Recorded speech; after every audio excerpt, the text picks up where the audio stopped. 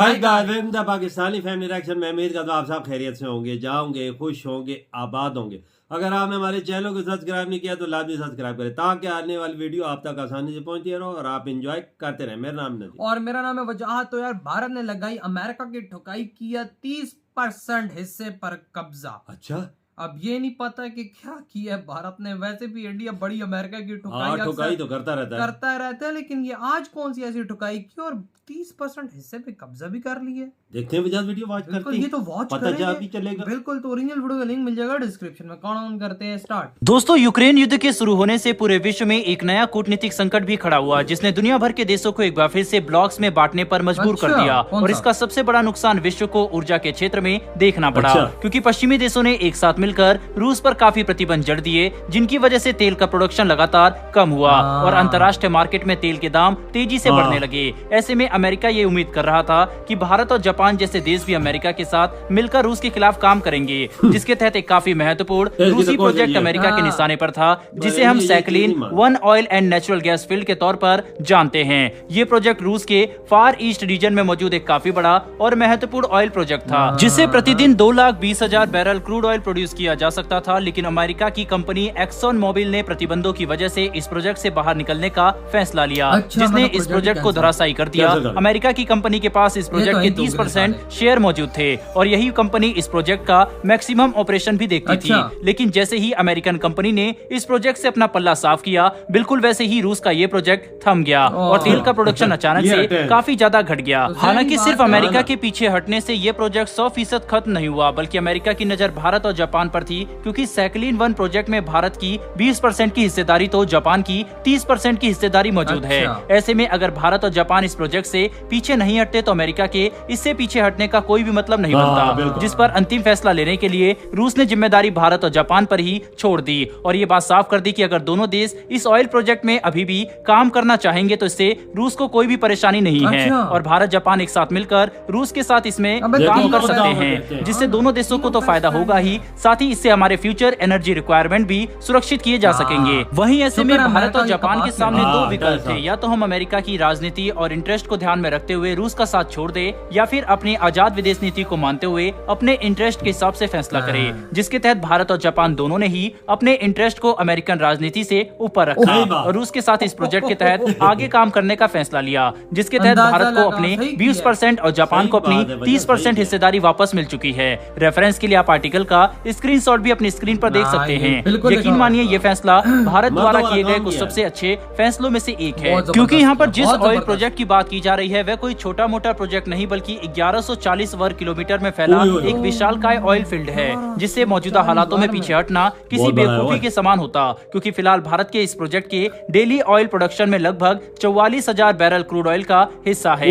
यानी कि सालाना भारत को सैकलिन 1 प्रोजेक्ट से लगभग 2.2 मिलियन बैरल क्रूड ऑयल हासिल हो सकता है, जो कि हमारी ऊर्जा जरूरतों को पूरा करने में काफी महत्वपूर्ण है। बिल्कुल इसी तरह जापान के लिए भी ये प्रोजेक्ट काफी महत्व रखता है, जिसकी वजह से जापान ने भी अमेरिका की बातों को दरकिनार करते हुए इस प्रोजेक्ट में आगे बढ़ने का फैसला लिया। साथ ही अब इस प्रोजेक्ट के तहत अमेरिकन कंपनी के बाहर निकलने के बाद अमेरिका के सभी शेयर और इक्विपमेंट रूसी कंपनी को मिल जाएंगे, जिसके तहत रूस अब इसे भारत और जापान के साथ मिलकर ऑपरेट करेगा। हालांकि अमेरिकन कंपनी के सैकलिन 1 को छोड़ने की वजह से प्रोडक्शन में जो नुकसान हुआ था उसकी भरपाई काफी हद तक कर ली गई है, जिसके तहत मौजूदा समय में 1,40,000 बैरल से लेकर 1,50,000 बैरल क्रूड ऑयल प्रतिदिन प्रोड्यूस किया जा रहा है और इस साल के अगले कुछ महीनों में फुल प्रोडक्शन को हासिल कर लिया जाएगा, जो कि रूस, जापान और भारत की एक काफी बड़ी सफलता है। लेकिन हमारी अगली खबर आपको और हैरान कर देगी, क्योंकि जहां एक तरफ अमेरिका यूक्रेन का सबसे बड़ा समर्थक बनकर घूम रहा है, वहीं यूक्रेन को समर्थन देने के नाम पर रूस को आर्थिक नुकसान पहुंचा रहा है। वहीं पर दूसरी तरफ यही अमेरिका रूसी पेट्रोल और क्रूड ऑयल से बने हुए पेट्रोलियम प्रोडक्ट डिस्काउंटेड रेट पर खरीदने से पीछे नहीं हट रहा और पर्दे के पीछे पूरी डील तेजी से जारी है,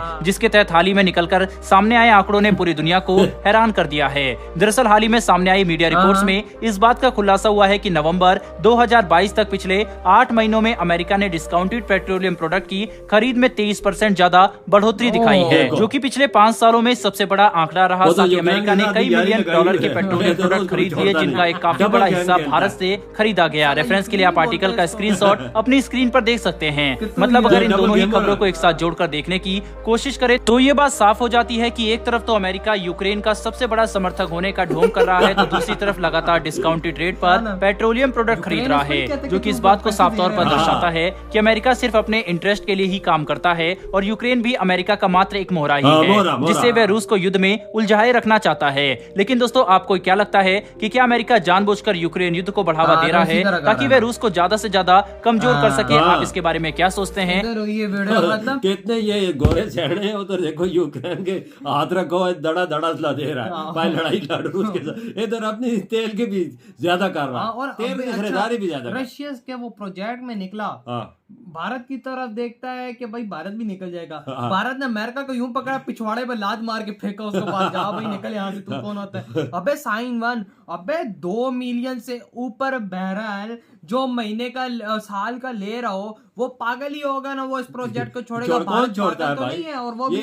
सस्ते में इंडिया को मिल रहा है। इंडिया पागल है, इतना ज्यादा पेट्रोल अमेरिका के कहने पे छोड़ेगा? कौन के छोड़ता है यार? भारत और जापान दोनों ने बोला ना बाबा ना, निकल भाई साइड पे, तू अपने मोहल्ले, हम लोग अपने मोहल्ले, हम अपना धंधा देखेंगे तो अपना देख जाते। किसी को फायदा नजर आता है उसमें हाथ डालता है, कि अमेरिका के कहने पर क्यों जाए भाई? और भाई मैं कहता हूँ भारत ने जो ये फैसला लिया, जबरदस्त लिया, बहुत जबरदस्त लिया। इनका जो 30% था उस पे कब्जा अमेरिका गया, अमेरिका गया टाटा। ये तो नहीं पॉलिसी चलता है, ये बड़ा फनकार इसका निकला पे इधर से अच्छा है। ये बड़ा सी किस्म का है देश है अमेरिका, इसको बंदा क्या बोले। देखें, जब अब आप भारत है, भारत के मुंह पे भारत का, लेकिन इंडिया जो है ना, इंडिया ने इनको सही तरह चलो। अब देखो, सबने अपना पैसा लगाया हुआ है, सबने अपना फ्यूचर सोचा हुआ है, भाई इतना ज्यादा मिलेगा, मैं ये मिलेगा, ठीक है। अमेरिका ने हाथ खींच लिया, शर्म नहीं आई उसको? भारत को देख रहा है कि भारत भी छोड़ देगा, फिर जापान भी छोड़ देगा। ये लोग अगर हाथ निकालते तो अमेरिका कहता चलो भाई तुम लोग अपने तेल का और कहीं से देख लो, हम लोग इधर देख ले। ये बात है। और भाई इंडिया ने बहुत अच्छा मर्दों वाला स्टेप लिया और एक शेरों वाला स्टेप लिया कि भाई तू कौन होता है मैं बोलने, निकल भाई, तेरे वाली मार्केट जो तूने भी अपना हिस्सा छोड़ा उस पर भी हम लोग कब्जा कर रहे हैं। ये सही काम किया है इंडिया और जापान ने। और प्रोडक्शन तो हो रही है, लेकिन अभी जो फुल प्रोडक्शन है वो स्टार्ट हो बड़ा है, वो जात पता नहीं कितना 1100 पता नहीं 1140 वर्ष पे फैला, वो बड़ा प्रोजेक्ट है यार, $1 मिलियन का, बिलियन ऑफ डॉलर्स का, कोई छोटा नहीं है। और भारत ने इतना पहले का इन्वेस्ट किया हुआ है उस पे, और उन्होंने भी किया हुआ है। अगर सस्ता चीज मिल रहा हो, सब कुछ मिल रहा हो, तो कौन छोड़ेंगे? जापान छोड़ेंगे? वो इस पे प्रोजेक्ट को और बढ़ाएंगे, और जो उसने पैसे लगाए वो इंडिया और जापान पूरा करके उसमें अपना ऐसा डाल देंगे, उस चीज को पूरा करेंगे। उन्होंने डाल दिया, उन्होंने अमेरिका के उस चीज को उन्होंने अपना फायदा ऊपर रखा। और ये मैं कहता हूँ इंडिया ने मर्दों वाला जबरदस्त काम किया। अमेरिका हम लोग तो अमेरिका के गुलाम है, हम तो नचनी है अमेरिका के। अमेरिका में बोलते हैं बैठो, हम बैठ जाते हैं, हमें कहते हैं उठो, हम उठ जाते हैं, हमें कहते हैं लेटो लेटो, सीधा लेटो उल्टा लेटो, हम ऐसे कर देते हैं। यार अमेरिका जो चाहे पाकिस्तान में वही होता है, इंडिया अमेरिका के इन पे कुछ काम नहीं करता। एक टाइम होता होगा कि अमेरिका दबाव डालता होगा भारत पे, अब इंडिया आंखों में आंखें डाल के काम करता है भाई, उनका मुकाबला। 10-15 साल हो गए, इंडिया बहुत आगे निकल गया। मैं वो किसी के चाचे की नहीं सुनता, दूरी की बात है। तो यूक्रेन को असला धड़ा दे रहा है मुझे। हाँ ना, वही ना, देखो। और यूक्रेन इतना भी फनकार है, भारत अगर रशिया को पैसा दे के तेल लेते, कहते तुम लोग उनको असले के लिए पैसे दे रहे हो, लड़ने के लिए दे रहे हो, तो इधर अमेरिका जो तुम्हारा प्यो दे रहा है उसको तुम लोग नहीं कुछ बोलते, उनको भी तो बोलो भाई। यार अमेरिका ने एक मोहरा बनाया हुआ है, असल मसला ये। तो यार आप लोग बताओ कैसा लगे ये वीडियो? बहुत मजा आया भाई, ये बहुत अच्छा स्टेप था भारत का। इधर ये वीडियो खत्म करते हैं, हमने बहुत ज्यादा खैर रखी, तो बाय।